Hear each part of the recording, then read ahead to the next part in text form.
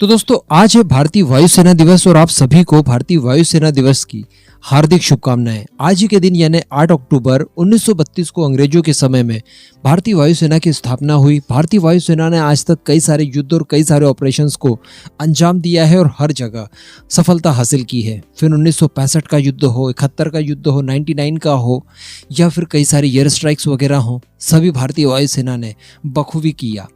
1962 में भी चीनियों के खिलाफ हाथ साफ करने का मौका मिल सकता था अगर चाचा नेहरू मान जाते। खैर कोई बात नहीं माने वो अपनी जाने। लेकिन भारतीय वायुसेना के अदम्य साहस में किसी तरह की कोई कमी किसी भी इरा में नहीं देखी गई और ना कभी हम लोग देखेंगे।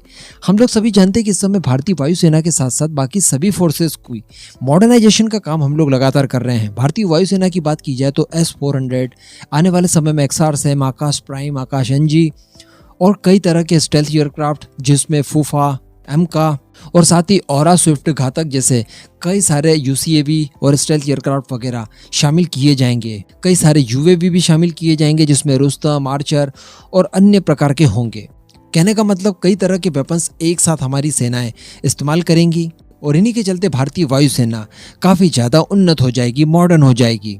इस समय की अगर बात की जाए तो भारत के वायुसेना चीफ VR चौधरी सर ने ये कहा है अपनी स्पीच के दौरान जो उन्होंने स्थापना दिवस के दिन दी।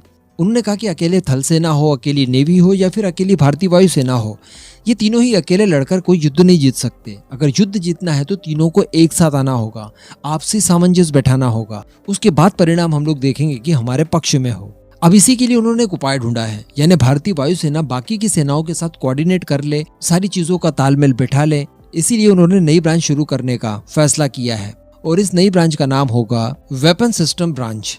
जी हाँ, दरअसल भारतीय वायुसेना के अंदर ही एक नई ब्रांच बनाई जाएगी जिसमें होंगे मल्टी टैलेंटेड ऑफिसर्स, यानी वो ट्विन इंजन एयरक्राफ्ट जैसे सुखोई 30 MKI, साथ ही मल्टी रोल फाइटर जेट वगैरह ये सब तो उड़ा ही पाएंगे। साथ ही साथ उन्हें ऐसी ट्रेनिंग भी दी जाएगी कि वो आकाश एयर डिफेंस सिस्टम जो कि सरफेस टू सरफेस है, S-400 है, इस तरह की सभी रेंज वाली surface to air missile systems या फिर surface to surface missile system इन्हें ऑपरेट कर सके। साथ ही जो हमारे अनमैन्ड एयरक्राफ्ट्स हैं जो कि रिमोट से ऑपरेट किए जाते हैं जिसमें स्विफ्ट, आउरा, आने वाले समय में फूफा, रुस्तम ये सब होंगे तो इन्हें भी ऑपरेट कर पाए। तो इस तरह से एक मल्टी टैलेंटेड ब्रांच बनाई जाएगी और इसी ब्रांच का काम होगा इन सारे वेपन्स को ऑपरेट करने के साथ साथ बाकी की दो फोर्सेस जो हमारी है नेवी और थल सेना इनके साथ कोऑर्डिनेट करे।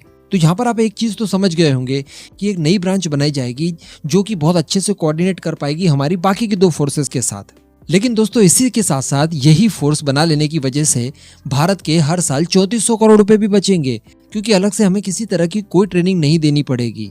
तो इसी वजह से 3400 करोड़ रुपए यानी 3400 करोड़ रुपए हमारे बचेंगे वो अलग, जिसका इस्तेमाल हम लोग डेफिनेटली हमारी सेनाओं के और ज्यादा मॉडिफिकेशन में कर पाएंगे, उनके और एडवांसमेंट में कर पाएंगे। तो अल्टीमेटली ये बहुत ही फायदे का सौदा साबित होगा। इसी के साथ साथ भारतीय वायुसेना दिवस के मौके पर भारतीय वायुसेना के लिए नई यूनिफॉर्म का भी इंतजाम किया गया है, यानी अब एक नई यूनिफॉर्म के साथ भारतीय वायुसेना युद्ध लड़ पाएगी, अपने ऑपरेशंस को पूरा कर पाएगी।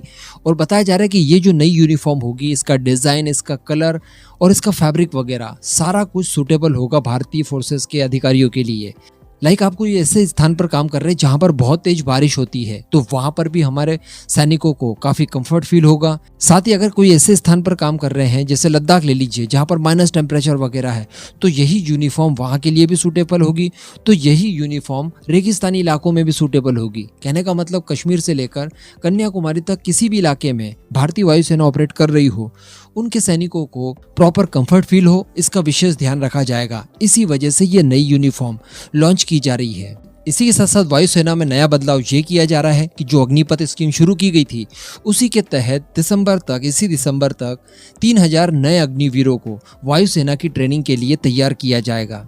तो कुछ इस तरह की प्लानिंग होगी भारतीय वायुसेना की। इसके अलावा जो कुछ भी प्लानिंग्स वगैरह है वो हम लोग समय समय पर डिस्कस कर चुके हैं, किस तरह से हमारे स्वदेशी फाइटर जेट बनने वाले हैं, किस टाइमलाइन में वो भारतीय वायुसेना के अंदर इंडक्ट होंगे, किस तरह से विदेशी फाइटर जेट की अनिवार्यता हमें समय है, कब वो खरीदे जाएंगे, इन सब के ऊपर हम लोग कई बार डिस्कशन कर चुके हैं। जो नया अपडेट निकल कर आया था वो मैंने आपको बता दिया। इस पूरे मुद्दे पर आपका जो भी मानना हो नीचे कमेंट करके जरूर बताइएगा।